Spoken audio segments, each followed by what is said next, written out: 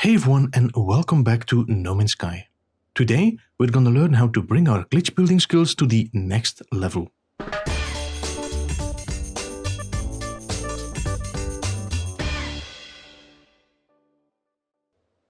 Before we take a deep dive into this, let us cover the technique which is the basis of this tutorial.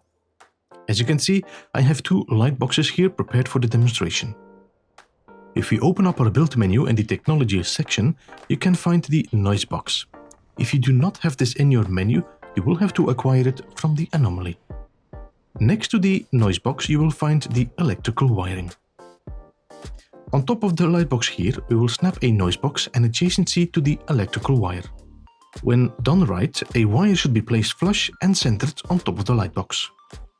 With the wire placed, we can now move to the nearby light box, and in the menu we can move back from the wire to the noise box. Now snap that on top of the light box and adjacency once again to the wire. This action should result in another flush and centered wire connector plus a wire between the two light boxes. This technique was dubbed Total Wire Control. Now that we have covered the basics and how it works, let us apply it in certain situations and see how we can use it to our advantage. The primary reason why you would like to use this technique is to create a snap point at the exact position and level of choice. For example, let us say that I want to have a connector in the center of this floor. The first thing we need to do is to replace the floor with the light box, and we do this as follows. Let us create a scaffolding by snapping a build part against this floor. We can use either a floor, a wall or a paving. To replace this floor, we have to delete this one first and an adjacency from a glass floor to a small panel.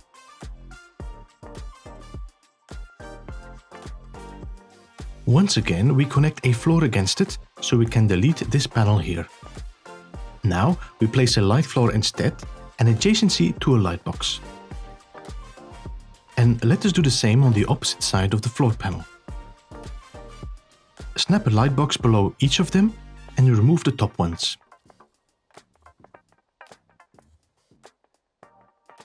Now we can do the noise box to wire glitch as I demonstrated before.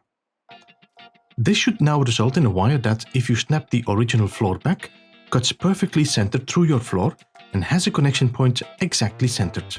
This means that this connection point can now serve as a glitch point to blender glitch several parts on, or perhaps glitch a floor panel in case it's red stated. I will go into the possibilities of this in a bit. What I wanted to cover first is the control you have over this connection point, and what opportunities it offers for beautiful aligned and connected constructions. Let us bring back the small panel in the center. On each of the 8 sides of this panel, we will now adjacency from the light floor to the light box.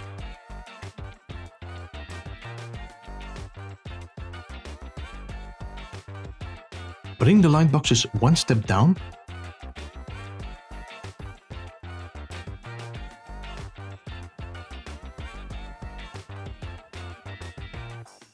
and once again we can now use the total wire control to place connectors on each of the light boxes.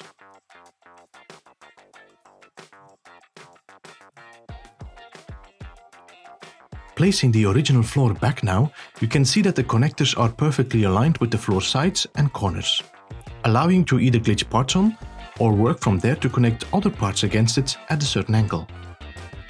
Once you grasp the concept of it and how to manipulate this to your advantage, you will see the endless opportunities this offers using the total wire control. Let me share just one example. The rest will be up to you to discover.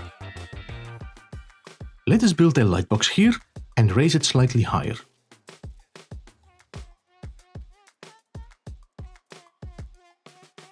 Let us now glitch another wire on top of this light box and pull the other end to the side here. If we would blender glitch a floor on the connection here, making sure we follow the angled wire, the floor will now match perfectly the direction of the wire.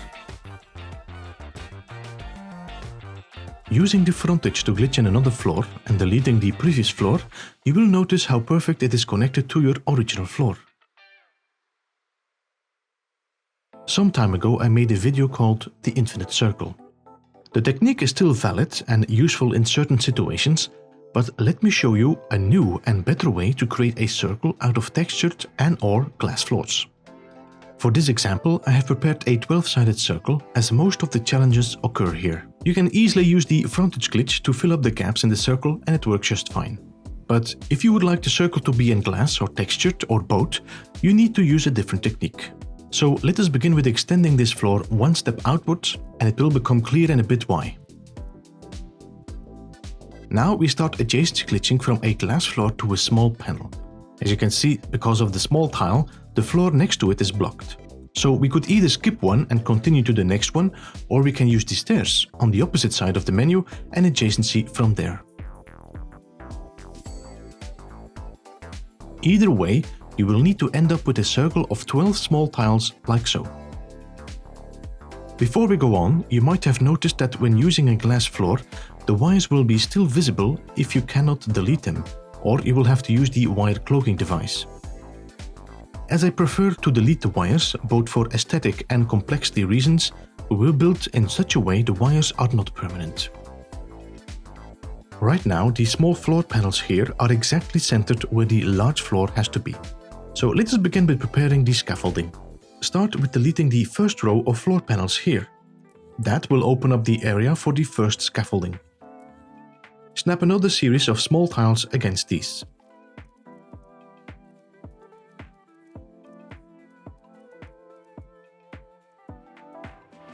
And now on the outside of these tiles, we can adjacency from the light floor to the light box.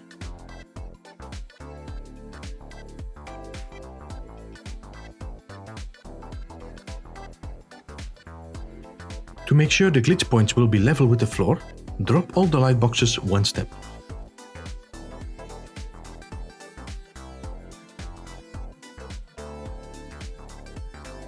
Next, we have to prepare the inner circle. This will be a little trickier as the area is more cramped. As this floor is blocked, I cannot place two tiles here, so let us therefore do every other floor to begin with. Inside this shape, we can now adjacency from a light floor to a light box.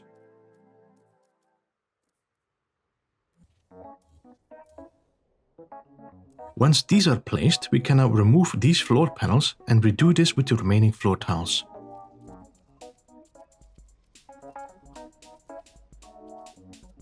The light boxes are now in the way, so we will have to drop them two down.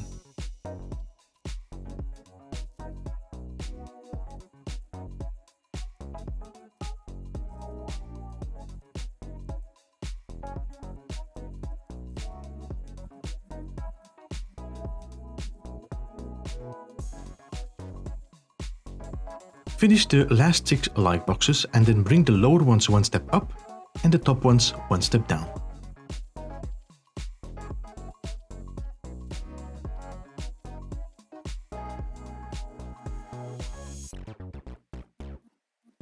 Remove the previous light boxes and you should end up with a tight circle of boxes. We can now delete all the small tiles except for the outer circle.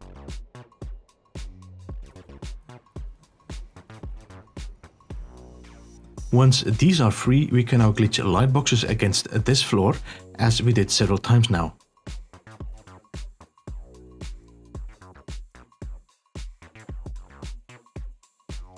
Drop these again one step down. And delete the top layer. Once all light boxes are in place and are on the right level, we can remove these small floor panels.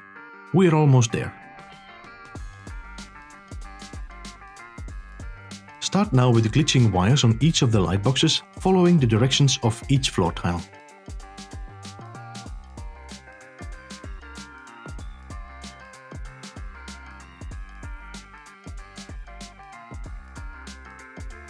Be sure to double check your wires and see if they are flush and centered on the light boxes.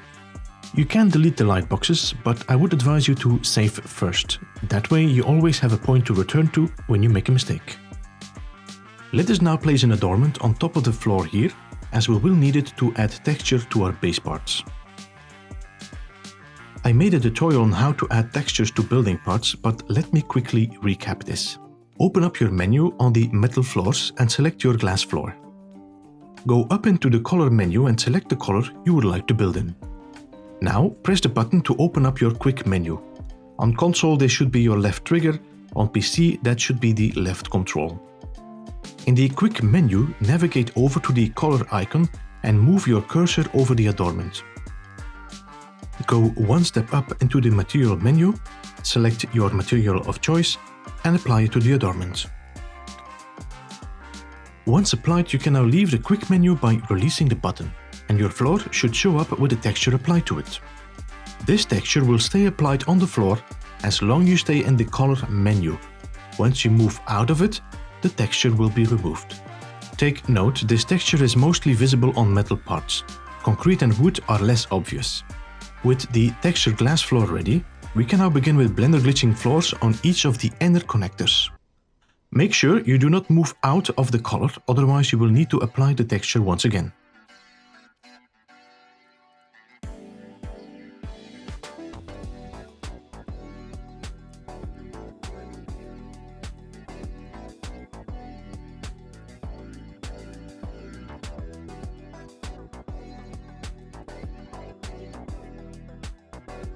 Once you have finished with the inner circle, you can now remove the first series of wires on the inside of this. Wait with removing the outer ring of wires as we still need them. We can now finish the outer ring and make sure the texture is applied.